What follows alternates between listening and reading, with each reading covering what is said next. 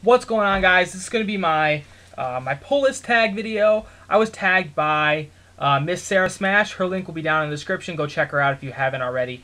So yeah, this is going to be me talking about the books on my pull list. And there's some questions to answer. I will do that at the very end. Sorry about the lower video quality than normal. It's easier to film on my laptop, so I just decided to go for it. So anyway, this is my stack. This is all the books on my pull list, most of which are independent, believe it or not. Maybe not most. We'll say a majority is a better term. Okay, I'm going to start with the independent stuff, and I'm going to try and fly through these, because I know I could be really long-winded if I give myself the opportunity to. From Dark Horse, Baltimore, Magnolia, really great sort of vampire story. Easy to catch up on, only on issue 20. There's some hardcovers out. BPRD, Hell on Earth. Love anything Hellboy universe. BPRD is really amazing. Lots of really great characters in here. Liz, Johan, Kate. Sort of some more minor characters sort of coming to prominence lately. Abe Sapien number 9. Abe doing his own thing, trying to figure out who the hell he is. Really great book. Really great interior artwork by Max Humara. Hellboy in Hell. Anything Hellboy that comes out is on my pull list. I especially love the stuff done by Mike Mignola when he does the interior artwork. Lobster Johnson. Anything Lobster Johnson that comes out, I pick up. Lobster Johnson is like a pulp character. He's sort of a character that Hellboy reads about in his youth. He's sort of like a legend in the Hellboy universe, I guess. Well, obviously we know he's a real because we're reading stories about him. But I love Lobster Johnson. Love all that stuff when it comes out. Next is Sledgehammer 44. Sort of an Iron Man character in the Hellboy universe. This is only the second mini that's come out, but cool character nonetheless. And the only thing Hellboy related that that is on my pull list that I actually haven't gotten any single issues of since I started buying singles, I think is what's it called? Sir Edward Grey Witchfinder, I believe. Witchfinder. It's about I think his name is Sir Edward Grey. He is a paranormal investigator in like the 19th century, so like pre-Hellboy in the Hellboy universe. There's a couple trades out. I have them. Really, really cool book. From Abstract Studios, this is Rachel Rising. Amazing book. Sort of Terry Moore has voiced his displeasure with the sales of this book lately, so go out there and buy it if you haven't already. Pick up the trades. I've been reading it since issue 12 or so. I'm sort of just now getting my bearings. It's a really complex book, but a really great one nonetheless. From, of course, from Archie. This is Afterlife with Archie. Francavilla interior artwork. They're doing some really great things, really interesting things with a zombie-themed story in the Archie universe. So I can't wait to pick that up and read it every time it comes out. Next, this is Red Sonja number 6. Amazing Jenny Frison covers on all these books. If you're into like Conan, I'm sure you would enjoy Red Sonja as well. Sometimes with Dynamite, I'm a little worried about like the interior artwork, but in this book, it's great. Really, really love it. They're on a break now, so if you wanted to pick up number 7, I think you'd be good. That's when a new story arc starts. This is on my pull list, even though it never comes out, but it is advertised in previews. We'll see if it actually comes out. This is Frankenstein Alive Alive. Of course, Steve Niles. Artwork. Story, Bernie Wrightson artwork. Even if you're not into like a horror story or Bernie Wrightson, or like a Frankenstein story, pick it up and sort of take your time looking at Bernie Wrightson's amazing artwork. Just the detail he does in this book alone is absolutely amazing. I think they're doing a prestige format with number 1 and number 2 when number 3 comes out, so you could catch up that way. I think I might also grab that that collection of 1 and 2. From IDW, this is Turtles. I jumped on at the beginning of the City Fall. All the City Fall stuff. I loved me some Turtles when I was younger, and I think they're doing justice to the Turtles. Of course, Kevin Eastman's involved, so it's gonna be good. But I always get the Kevin Eastman covers when they come out. These are the B covers, I think. Yep. Amazing. Dealing with the Fallout Leo's dealing with the fallout of being brainwashed by Shredder now. This is no longer coming out consistently, but it's on my pull list. This is Helheim. They're doing another mini series, I believe. This is sort of light on story. You know, not too much happens over a course of 6 issues. I mean, it probably could have been 3 issues, but Joelle Jones' artwork is really, really amazing. She does some great stuff with some like monsters and supernatural type stuff. Really, really awesome battle scenes. That book is really, really great. Can't wait for the next mini to come out. I think it's called Bride of Helheim. Another book from Oni. This is Letter 44. Charles Soule doing a great job on this book. This is more dialogue based than I would normally like my books, but Charles Soule does a good job keeping it interesting. Story about astronauts investigating an alien threat in space, and the president also knows about it, and sort of both of them dealing with these aliens in space, or what we think are aliens. This is The Walking Dead. I'm kind of sick of this all-out war storyline, to be completely honest with you. This Negan stuff's been going on since issue 100, and I'm already sick of it double shipping. This is, what is this? Chapter 6 of 12 of All Out War, so I'm ready for that to be done any time now. Next, this is Black Science. Rick Remender doing a really great job on this book. Anything science fiction related with... as far as Rick Remender goes, I'm going to be all on board. I love Fear Agent, and I love this.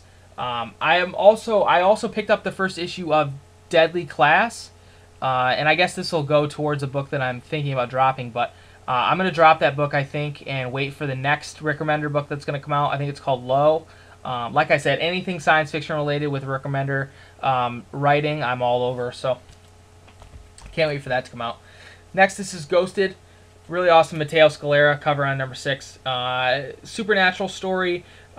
Group of criminals, I guess, and all in their own way, hired to steal and capture a ghost in the first story arc. It ended up being a lot more complex than you would have originally thought. And the main character is sort of dealing with other supernatural shenanigans after the first story arc. So we'll see where that goes. But I love that book. And my last independent book, this is Bedlam number 11. I know a lot of people dropped this book.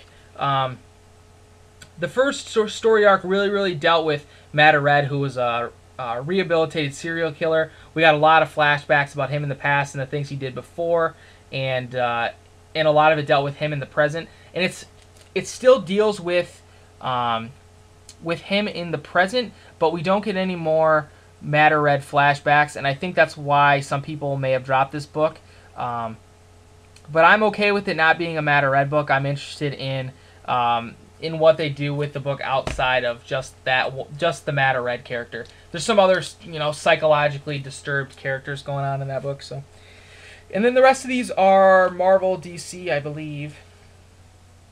Yeah, we'll start with the Marvel stuff. In terms of books that I'm going to be picking up, I'm going to talk about that at the end, but a lot of them are going to be Marvel, I think. This is All New X Factor.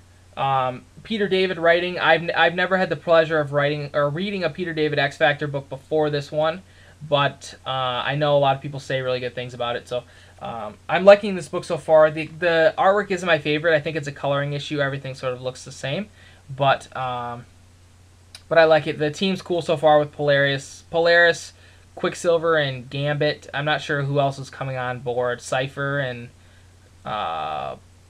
Warlock, maybe? I don't know. We'll see. I looked it up because I was too impatient to wait. Amazing X-Men. This is probably my favorite Marvel book that I'm getting right now. Jason Aaron doing a really great job. Ed McGuinness on doing a beastie job on the artwork. I'm a little hesitant about this book moving forward because X-Men Legacy is going to be coming out. That's that Claremont Nightcrawler book, which I am getting for sure. But this book centers on Nightcrawler quite a bit, so I hope they don't end up kind of being the same book. But we'll see. Really cool cast of characters in that book too. Next, this is Marvel Knights X-Men. This is a miniseries, artwork and writing by Bram Revell. Sort of a horror twist on the X-Men, and they're doing some really cool things with some new mutants with really cool powers. So I'm glad that I decided to pick this up. This is number 3. Number 4 comes out this week, and then there'll be one more issue to wrap that up. Okay, now we're on to DC. I only get 3 Marvel books right now, but I'm going to be adding some more. But these are all Vertigo. These are Vertigo titles. First, we have The Wake, number 5 of 10. I like this. I like Scott Snyder writing this book. Sean Murphy's artwork isn't always my favorite. This is sort of an underwater horror story. At least the first 5 issues were, and then the next arc is going to be like post-apocalyptic. So we'll see where it goes, but I'm excited for it. I'm convinced that Scott Snyder is incapable of telling a short story because his arcs in Batman are all ridiculously long, and The Wake's 10 issues. So this is Trillium number 6. Jeff Lemire writing. I loved this book through the first 5 issues. This one bothered me a little bit. We didn't get a whole lot of story progression, and also you had to turn the page over literally every 6 seconds to read the book. So I'm still interested in seeing where it goes, but we'll see. Yeah, we'll see. I do like Jeff Lemire's artwork quite a bit. Next, this is Coffin Hill number 4. I'm thinking about dropping this book as well. I officially dropped it, but I picked this issue up because I had a light week. But not because it's not a good book, but you know, cuts have to be made, and sometimes good books get cut. My favorite DC book, hands down, this is Swamp Thing number 28. I know I've read the entire run, Snyder's run through Charles Soule's run. I don't know if this is a popular opinion or an unpopular opinion, but Charles Soule's run is above and beyond anything that Scott Snyder's run was. This is amazing. Scott Snyder's run was okay, but this is every issue of this that has come out has been absolutely amazing. So jump on Swamp Thing. Sales for this book are super low, and if it gets canceled, I'm gonna be really pissed, especially at you if you're not reading it. So we'll see. Green Arrow number 28. 2 months ago, I probably would have told you that this was a weak book, but now that this Outsider War stuff is going on, it's picked up. I really love Andrea Sorrentino's artwork. Jeff Lemire doing an adequate job writing the book. Ollie's daddy issues are a little annoying in this issue, but it is what it is. Next, this is Detective Comics number 28. This Gautopia story is kind of meh, but I'm really picking this book up in preparation for Manipul and Buccellato jumping on the book, so can't wait for that. I'm totally confident that they're going to do some amazing things with that book on the other side of issue 30. Next, this is Batwing number 28. This is one that I would call weak, and I don't officially pull it, but I grab it when it comes out. So I've been reading it since issue 24, I want to say. I still don't have a complete grasp on what's going on. Also, the interior artwork is not my favorite, so we'll see. Next, this is Batman number 27. Not the biggest fan of Scott Snyder's Zero Year. I'm really ready for it to be over. It's been like 6 months already, maybe 7 months since this came out. Plus, it's going to be pushed back another month because of Batman Eternal. There's a Batman Eternal preview that's coming out. Number 28 is going to be a Batman Eternal preview, which who the hell knows why. Originally, 28 was supposed to be part of Zero Year, but it got pushed back for some strange reason. Next, this is Batgirl number 27. This book has suffered lately because of all the other events that are going on. It had a Zero Year tie-in, and it had this Gautopia tie-in, so it's been really segmented, but overall, Batgirl's been a good book. I'm really excited to see what Gail Simone does with it when it can escape all these events. And I think it's Alex Garner. These Alex Garner covers are absolutely amazing, and the next couple coming out are my favorite of his so far. So can't wait. And then probably my second favorite DC book, and one that's getting canceled and makes me really sad. This is Animal Man number 27. Animal Man's been a great book.